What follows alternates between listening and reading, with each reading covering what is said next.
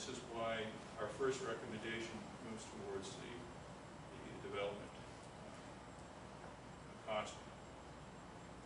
The master plan recommends a low-pressure collection system due to comparative cost and installation. Okay. The findings we have indicate that this mechanical system would be problematic. It's as straightforward as that. Gravity was seen as a desirable alternative, which is very costly, as a retrofit for the existing developments in zones 3 and 4. The original design of these communities, we reflect upon that, and using Southcott as an example, was individual on-site treatment systems. This was the original design. It's the original intent. With government funding and perhaps phasing of an infrastructure for gravity collection, when roadways are being replaced, we would see this as a more viable option. That is the gravity. As far as SDF assumptions and parameters and the groundwater improvements, we're in agreement that the groundwater results show no definitive concern, whether regulatory or scientific. This is our observations. We realize these reports are technical in nature, but we looked for a definitive finding in there and could not find it. We would welcome a long-term research of the groundwater impact. I think that that in itself, we believe, would generate some results and concerns whether efforts in an improvement, okay, would be seen. We believe that the research would benefit academically and perhaps ministry research, because province-wide there is groundwater testing done by the Ministry of the Environment, and this would be helpful to add to the database. We address the effluent standards and how they would be met in our report.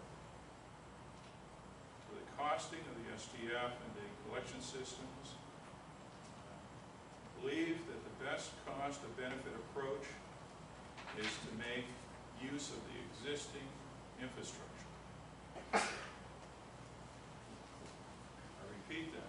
The best cost-to-benefit is to make use of the existing infrastructure. We recommend an audit and an inspection of the existing units to quantify the area's on-site systems.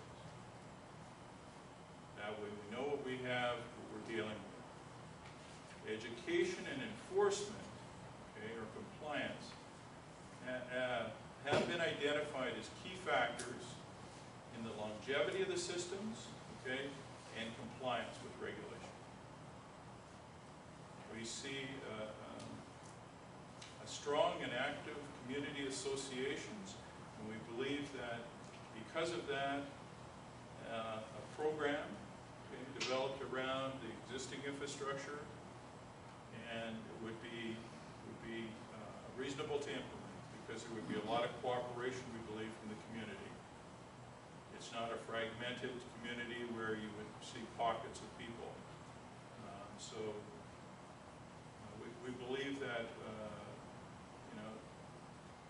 that over time we would hope to see improvements in the performance, and this justified through the ongoing groundwater testing. So one of the suggestions that was made as far as costing, because this has been an issue for if we left existing units and went through a management program, was the suggestion of a levy, be charged with existing systems to provide funding for the program costs. And how that would look and how that would come about is something that we would like to explore, and working group, and we will certainly expand upon that notion in our report.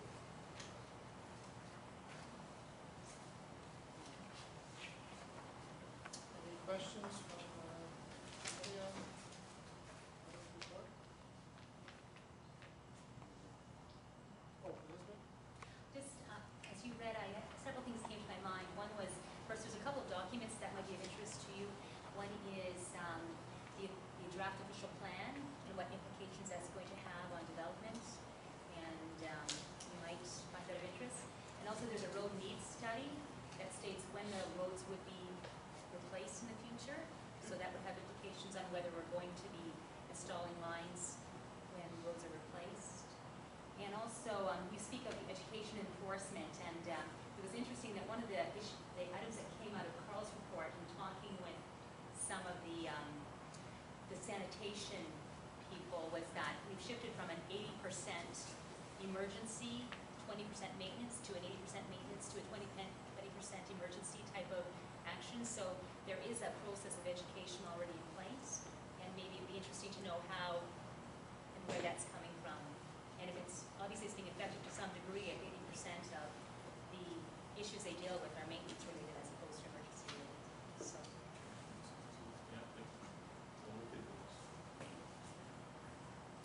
This levy that you were talking about, Ernie, is that basically for the people that are on septic systems now?